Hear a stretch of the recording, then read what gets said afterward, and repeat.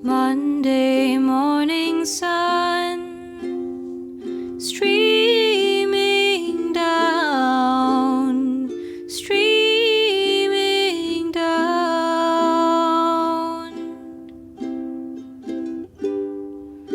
You were crying as I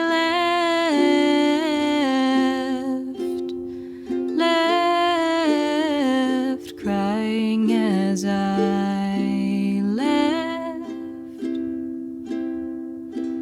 Took me a while to see what I had done. Took me a while to hear what I had said. Took me a while to know that I had hurt someone.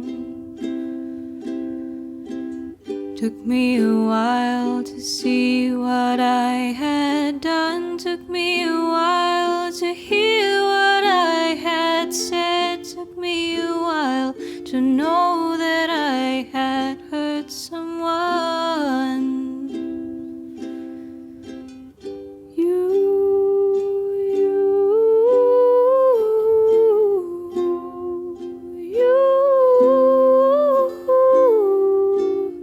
You carry my shame.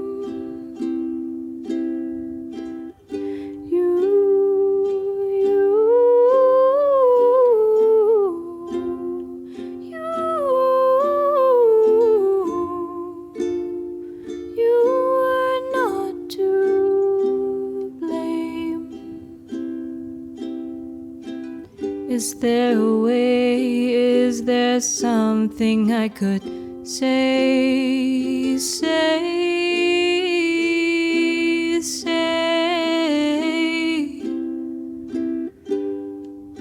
How do I go back to that day and stop myself from walking away?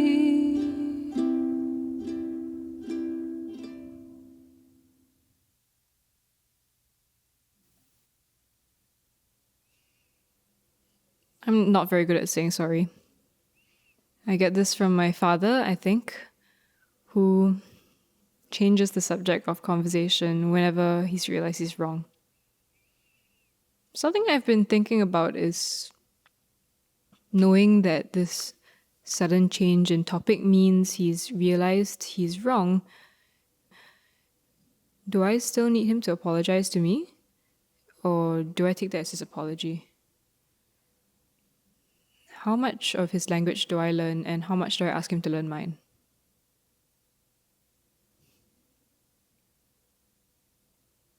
I don't remember learning how to apologize, and it's something I'm still pretty bad at. It seems I only know two ways. First, the flippant, casual, sorry to bother you, which isn't so much an apology as much as it is a form of self-deprecation. Second, the oh my god, I'm so sorry. Let me make it up to you in 20,000 different ways, which isn't so much an apology as much as it is a way to feel absolved of your guilt.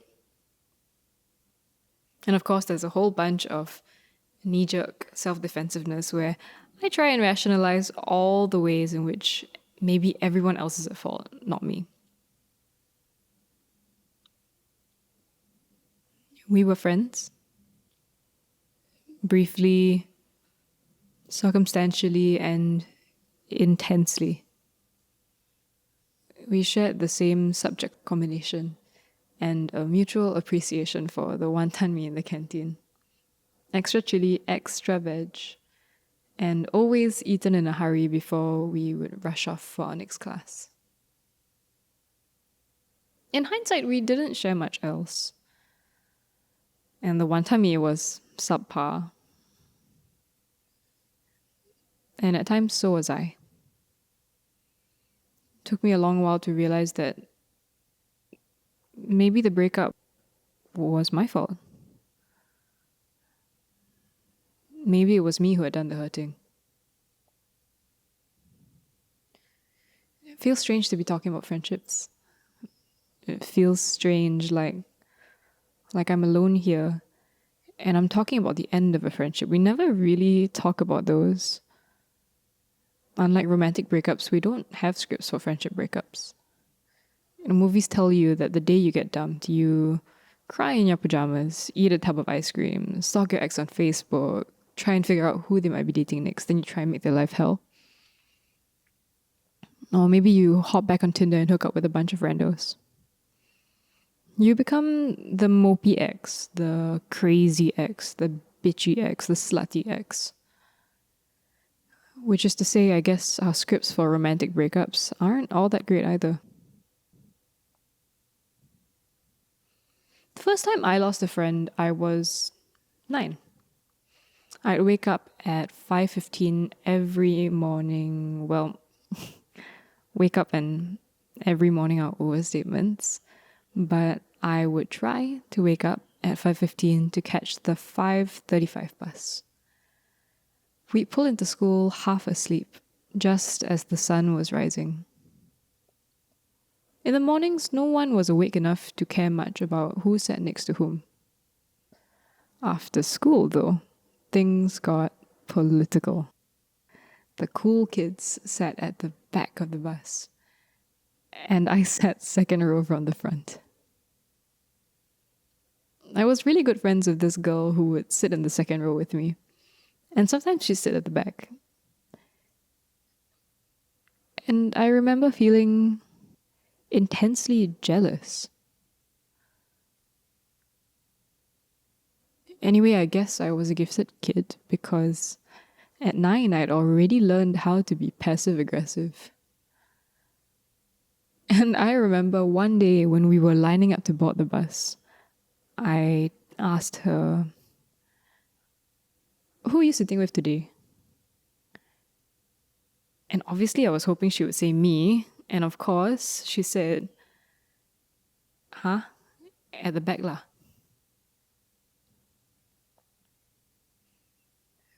We were primary schoolers. And I didn't have the words to, express my needs or articulate that I felt neglected. I wasn't even sure if I was jealous of her for getting to sit at the back, jealous of the cool kids for getting to sit with her, or just jealous of the way that friendship seemed to come so easily to her. And I don't know if that's what made her stop sitting with me, but the story that I have in my head is that from that day on, she always sat at the back. Something about that act of naming my desire for company made me unbearable. Or maybe I was just an annoying kid who was weirdly possessive of a casual friendship. What sticks with me, though, is that friendships don't just happen the way romance does. You're not supposed to be possessive, or if you're being euphemistic, protective or passionate. There's no, "So, what are we?" or "What are you looking for?" which are questions I've asked nearly everyone I've ever dated, searching for a definition of the ways that we'd allow ourselves to relate to each other. Instead, there are just the implicit ways your lives begin to overlap, drawn together by some kind of gravity. The tentative ways you claim kinds of intimacies with each other. Studying in the same classroom after school, walking each other to the bus stop. Sharing that post you know the other person is going to react to. Texting in the middle of the night and not saying sorry for it. In friendship, there's no explicit commitment to officially being together, hardly an explicit articulation of boundaries. It's chill, supposed to be simple. You float together, maybe you drift apart. And after a certain age, you're not supposed to worry about losing your friend to other friends. Romance ends when you take back a commitment that you made at the start. From let's be exclusive to I think we should see other people. You go from wanting to share your life to taking it back as yours and yours alone. Friendship hardly has such ritual to mark its beginnings and endings. No tying of the knot at the start or trimming of loose ends for a tidy conclusion.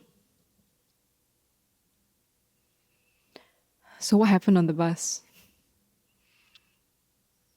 I stayed up front and eventually made friends with someone else in the second row.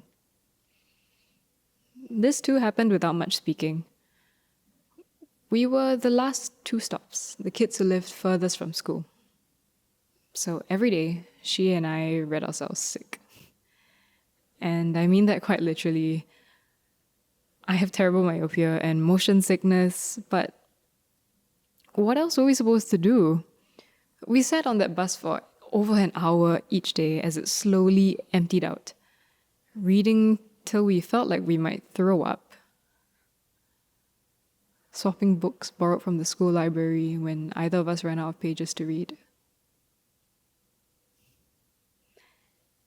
And then because the bus would be empty by then,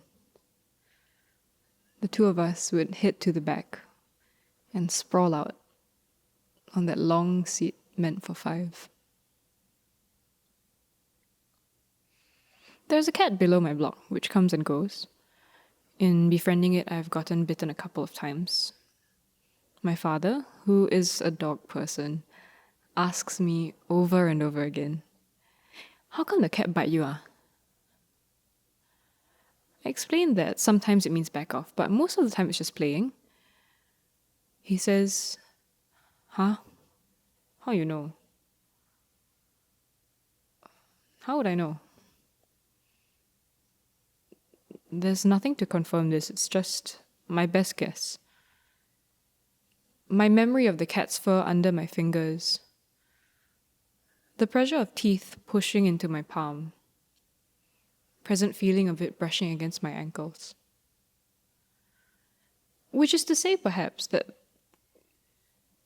there are some kinds of knowing that are ours, only ours, built on the tentative claims that we've staked on the shared territory of memory from hours of looking closely. Like knowing how your voice catches when you're about to cry. How tightly you want to be hugged. The touchy subjects that only we're allowed to joke about together. And at the end of every intimacy, this knowledge remains. Ghosts of a past self that existed only with the other, ghosts of the other. After primary school, I never reconnected with the girls on the bus. I'm not sure I'd even recognized them. We don't always get to say sorry to the people we hurt. Sometimes, by the time we've realized we're at fault, they're too far out of reach, and all you're left with is shame.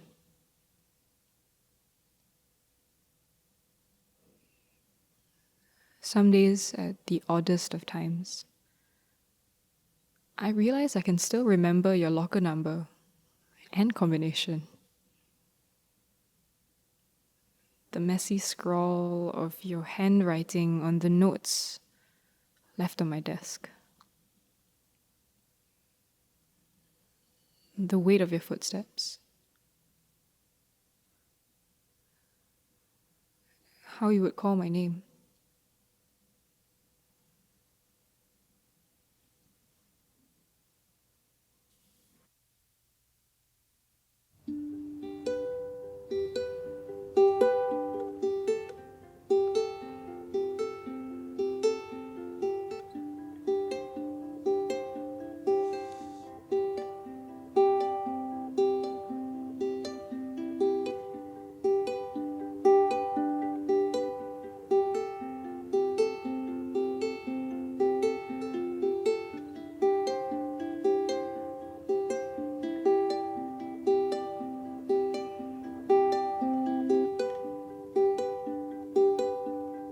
Sunlight stuck to the patio,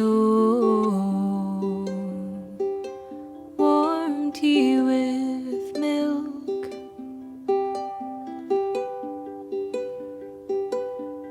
Sitting wonderstruck here, I spill slow every morning.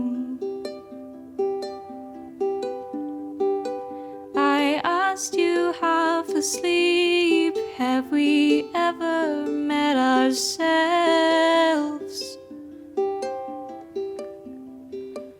Or made our secrets speak? What's the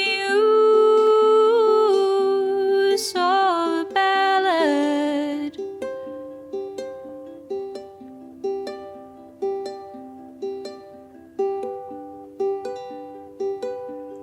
What's the point of singing a song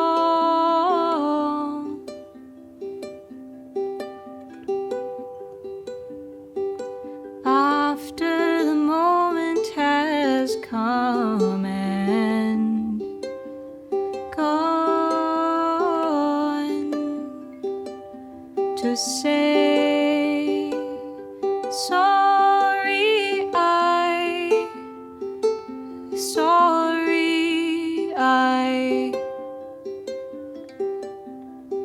I've missed you. Sorry,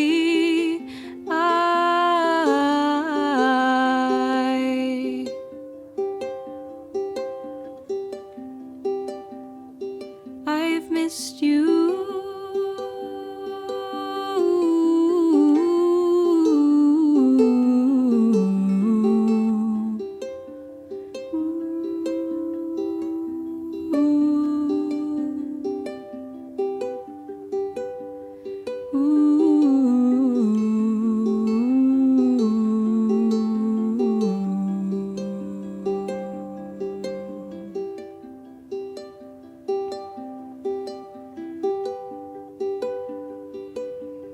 Golden light on the windowsill like butter on toast. In a curved traffic mirror, you check your lipstick. Under the star song of a covered walkway, you ask which bus I'll